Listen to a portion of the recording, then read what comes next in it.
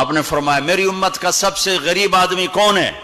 کہا جی جس کے پاس پیسے نہ ہو. کا نہیں، میری امت کا غریب وہ ہے جو قیامت کے دن بڑے بڑے عمل لے کر آئے گا، حج، نماز، روزہ، زکوٰۃ، جہاد، تبلیغ، ذکر، تلاوت، پتہ نہیں کیا کچھ، لیکن حقوق العباد برباد کیے ہوں گے.